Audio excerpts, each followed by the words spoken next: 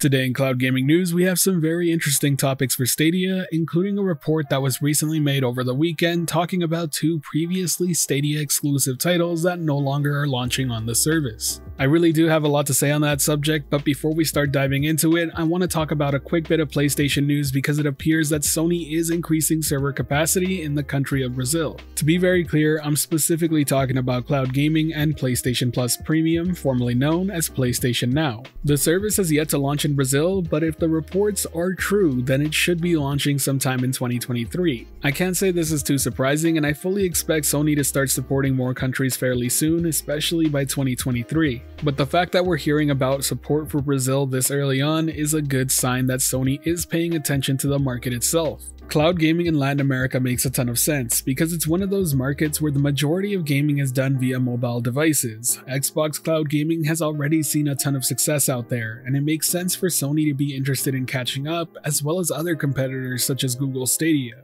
The fact is that console gaming as well as PC gaming is relatively an expensive hobby in those countries. Taking away the upfront cost of a console to play the latest AAA titles is a huge deal, and the fact that everyone can game them on their mobile phones makes it even better. According to Statistica.com, it's estimated that 75.6% of the Brazilian population have used the smartphone, and that's estimated to increase to 84.2% by 2026. And to specifically focus on Sony, the only way to play the PlayStation 5 exclusives up until now have been through buying a console. A PS5 physical edition goes for the equivalent of $950 in Brazil. Back when the PS4 came out, it was actually a thing that some people would buy a plane ticket to the US to go buy a PS4 and then take it back to Brazil because that would be cheaper. And this is all due to taxes and import fees, which is why the cloud gaming aspect of things makes so much sense in the Latin American market. I hope that paints the picture clearly enough, but now let's talk about Google Stadia, of which there are two headlines to talk about. Before we dive into the report of two previous Stadia exclusive titles, I want to talk about a game rating that has happened over in, funny enough, Brazil as well, and this one is about Skull and Bones. This is a brand new Ubisoft IP that has you playing as a pirate in a kind of open world RPG-esque setting.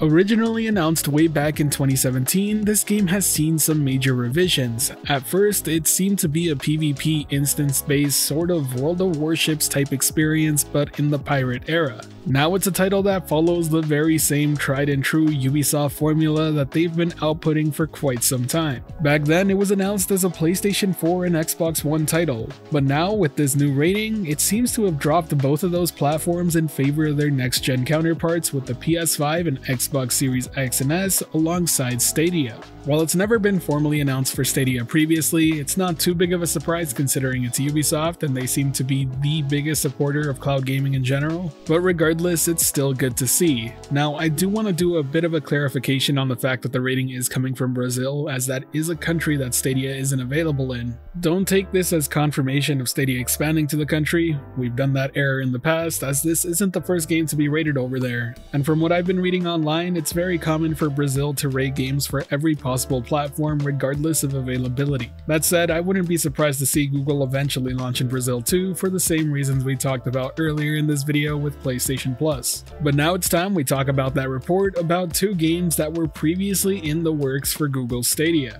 One of them just came out, and that's The Quarry, and the other was just recently announced at the Xbox Bethesda Showcase, and that's High on Life. This comes to us via @StevenTotillo over on Axios.com. Heads up, this is somebody I fully trust, and I don't doubt a word that they're reporting here. When it comes to The Quarry, it was known that Supermassive Games was working on something with Google Stadia way back in 2020. That's when they announced a partnership that ultimately didn't really lead to anything. So when The Quarry was officially announced this past March, it was a bit of a surprise to Stadia fans to realize that it was Take-Two publishing it, and that Stadia wasn't a platform it was going to come out for. Now, this isn't the first time we've heard rumors that The Quarry was originally originally a Stadia title, and honestly speaking, I really buy into it specifically because of the multiplayer and the way it works. Unlike other games from Supermassive, this one required an online connection in which a player host would be able to have others vote on what decisions get made throughout a playthrough, something that sounds oddly familiar to Stadia crowd choice. Now, while this sort of thing isn't absolutely new, I do think it's very interesting that the online multiplayer hasn't launched with the retail launch. Instead, it's going to be a part of a free update that's stated on or before July 8th. Obviously a complete assumption on my end, but I wouldn't be too surprised if this was originally built around crowd choice and is now being retooled to fit with consoles and PC. Now, when it comes to High on Life from Squanch Games, a team led by Rick and Morty co-creator Justin Roiland, this game got a lot of attention when it was announced, and I even called it out for being one of the highlights of the Xbox Bethesda showcase. Now, according to Axios sources, it seems that the game was previously being made for Google Stadia and presented as a signature Stadia release that was meant to draw players to the service. Unlike the Supermassive Games partnership, this was never officially announced to be a thing, so this would have been a part of the old Stadia leadership that has definitely left and is now being taken over by a new plan. Like I said, I really do believe Stephen Totilo. He's not one to really make up facts, and he has a very solid track record within the industry. If he believes these sources are credible enough to attach his name to it, I really do believe what he's saying here is true. And as both a Stadia fan and user, it's hard not to be disappointed by this, because honestly, both games look pretty good. And if I'm being completely honest, they certainly look like a step above in terms of investment from Google when it comes to the type of game being produced compared to the other Stadia exclusive games from the past. Now, I'm not going to say that both of these games would have been an absolute game changer for drawing new users to Stadia, because I highly doubt that. That being said, I'm not ready to tell you that exclusives don't matter either. Exclusives absolutely matter. It's not that they don't, but what matters more is a consistent flow of them or having a huge heavy hitter that really can carry a platform such as Halo, but those are much harder to come by.